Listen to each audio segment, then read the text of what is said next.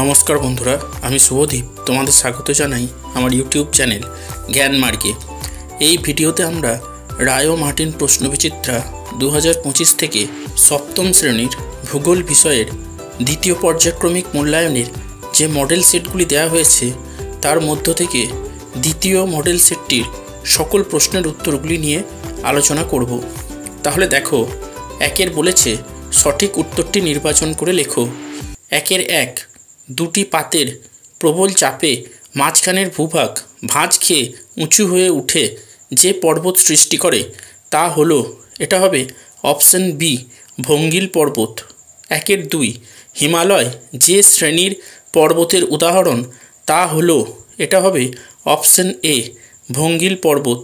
একের তিন, ভারতের একটি আন্তর্জাতিক নদীর নাম, এটা হবে অপশন সি, ব্রহ্মপুত্র।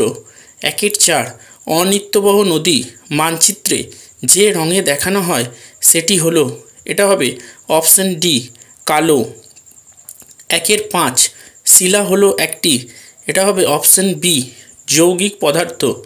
একের ছয়, মার্বেল যে প্রকৃতির শিলা তা হলো, এটা হবে অপশন সি, রূপান্তরিত। একের সাত, ইউরোপ ও আফ্রিকা মহাদেশের মাঝে অবস্থিত, এটা হবে অপশন সি, জিব্রাল্টার প্রণালী।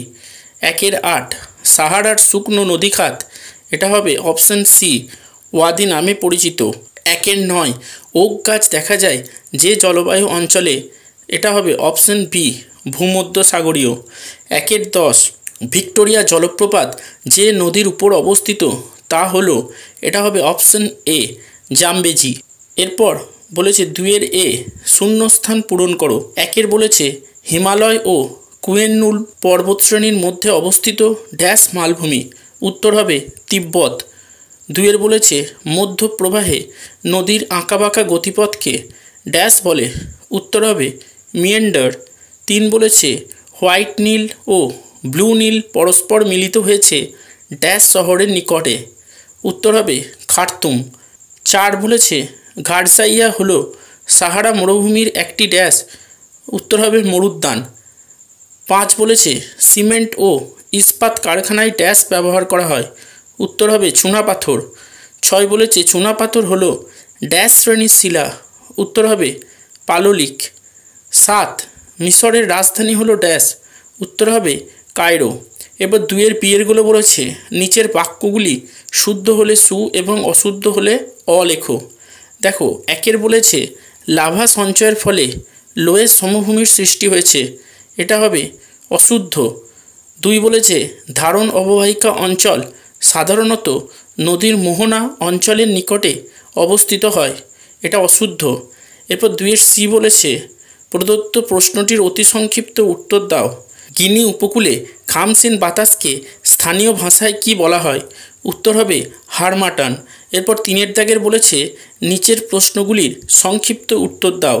তিনের এক, মালভূমির দুটি বৈশিষ্ট্য লেখো, উত্তর হবে ক, মালভূমি অঞ্চলের গড় উচ্চতা হয় সমুদ্রপৃষ্ঠ থেকে প্রায় 300 মিটারের বেশি।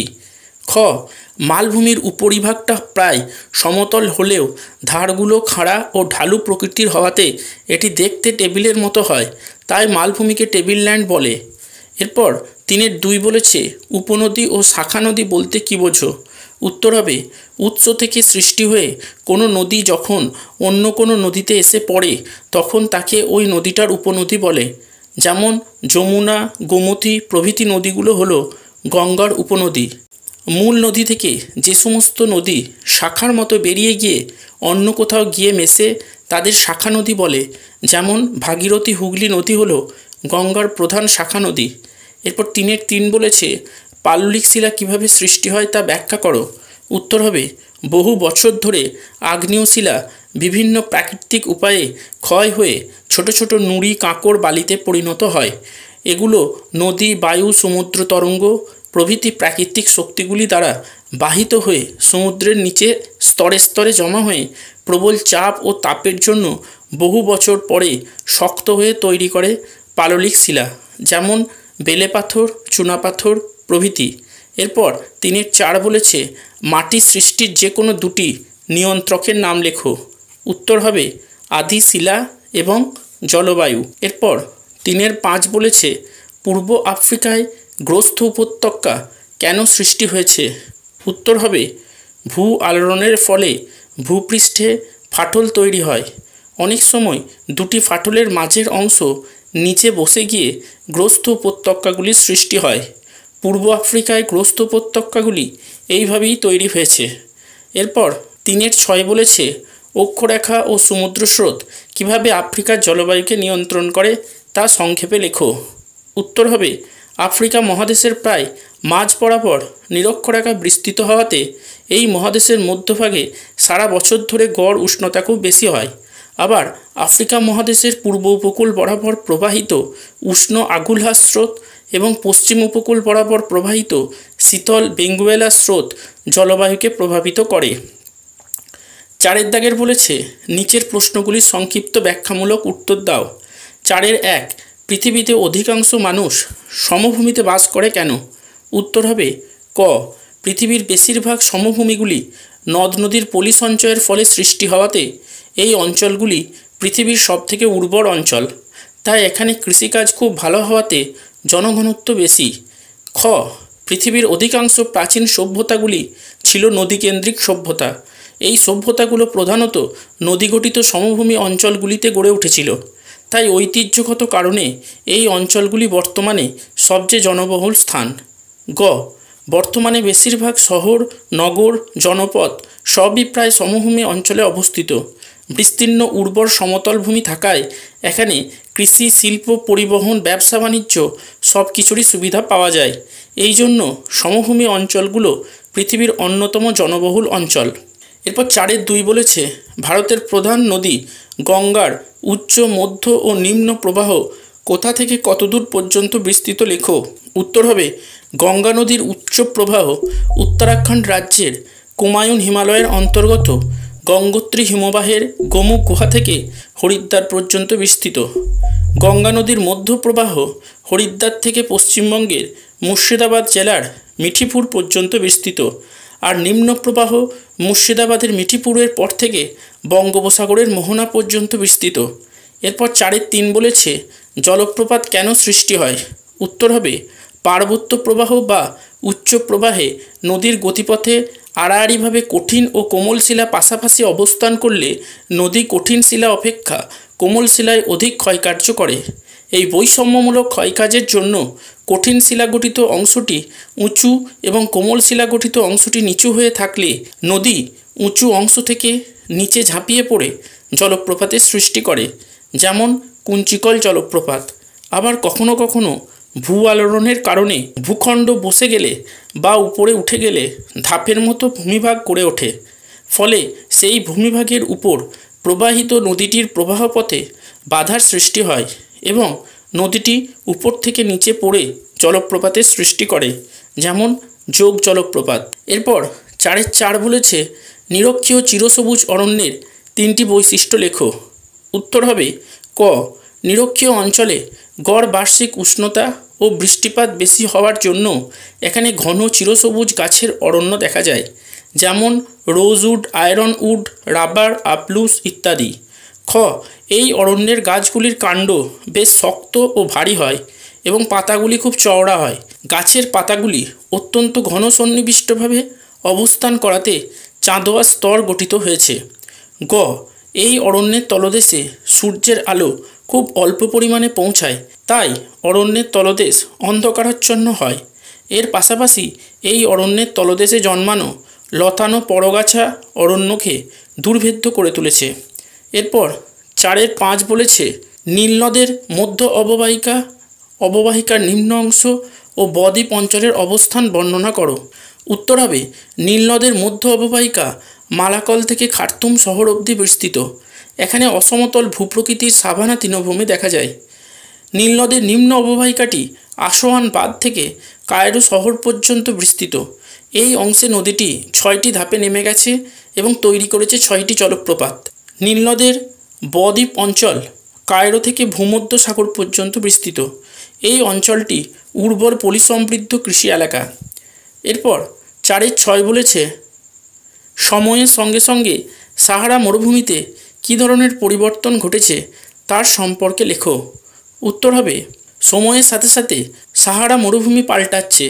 এখানকার স্থানে স্থানে ঘাস লাগানো হয়েছে। পুরনো উট চলা রাস্তার উপর দিয়ে চলে গেছে অত্যন্ত চওড়া পাকা রাস্তা।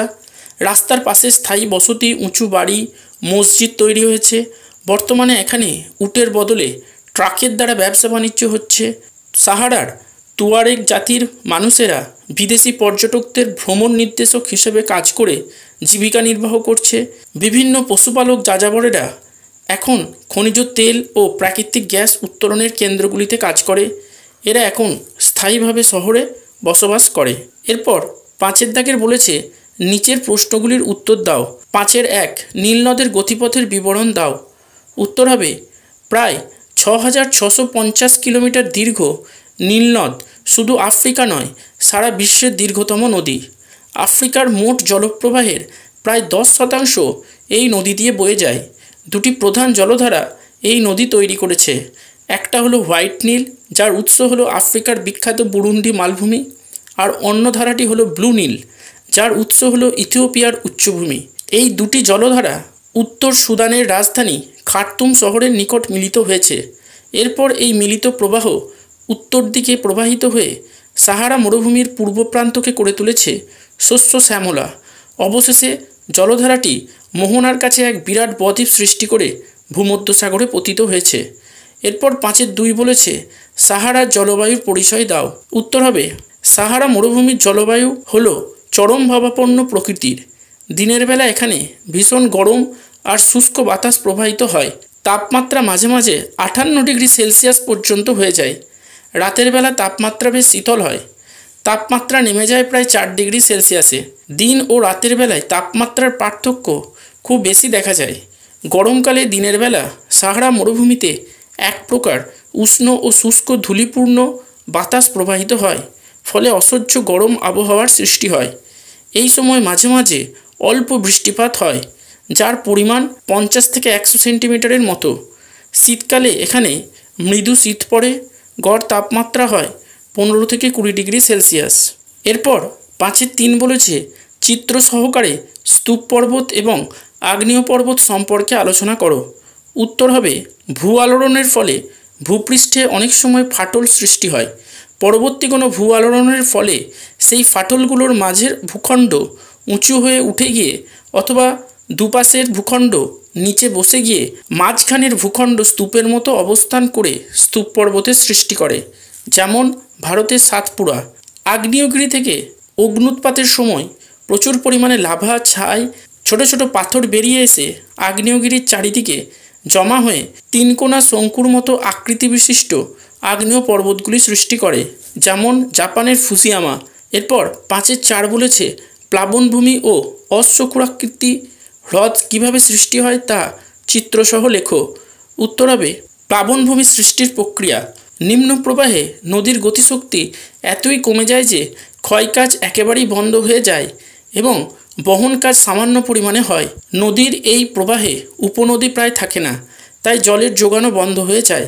ফলে নদীখাতের মধ্যে পলি, বালি, কাঁকড় ইত্যাদি জমে নদীখাত অগভীর হয়ে যায়। তখন বর্ষায় অতিরিক্ত জল নদীখাত দিয়ে প্রবাহিত না হতে পেরে দুকুল ছাপিয়ে বন্যা সৃষ্টি করে। এইভাবে নদীর 2 ধারের বিস্তীর্ণ জমিতে বন্যার সময় পলি সঞ্চিত হয়ে উর্বর প্লাবনভূমির সৃষ্টি হয়। অশ্বক্ষুরাকৃতি হ্রদ সৃষ্টির প্রক্রিয়া। নদীর নিম্নগতিতে জলস্রোতের বেগ কমে আসার কারণে সঞ্চয় কার্যের প্রাধান্য বৃদ্ধি পায়। এই অবস্থায় নদী খাতে সঞ্চয়ের ফলে বিশাল চরের সৃষ্টি হয় এবং নদী খুব আঁকাবাঁকা পথে এগিয়ে চলে। অনেক সময় দুটি নদী বাঁক নিজেদের খুব কাছাকাছি এসে পড়ে। এই অবস্থায় ওই বাঁক দুটির মধ্যবর্তী অংশ ক্রমাগত ক্ষয় পেতে থাকলে বাঁক দুটি একসময় জুড়ে যায় এবং নদীটি সোজা পথে বয়ে চলে। ক্ষয়প্রাপ্ত বাঁকা অংশটি তখন নদী থেকে ঘোড়ার খুরের আকারে বিচ্ছিন্ন হয়ে হ্রদের আকার ধারণ করে। এইভাবে অশ্বক্ষুরাকৃতি হ্রদের সৃষ্টি হয়। এই ভিডিওটা দেখে উপকৃত হলে অবশ্যই একটি লাইক করবে, কমেন্ট করবে এবং বন্ধুদের সাথে ভিডিওটা শেয়ার করবে। আর চ্যানেলটিতে নতুন হলে অবশ্যই সাবস্ক্রাইব করে পাশে থাকা বেল আইকনটি প্রেস করে দেবে। ভিডিওটা সম্পূর্ণ দেখার জন্য ধন্যবাদ। নমস্কার।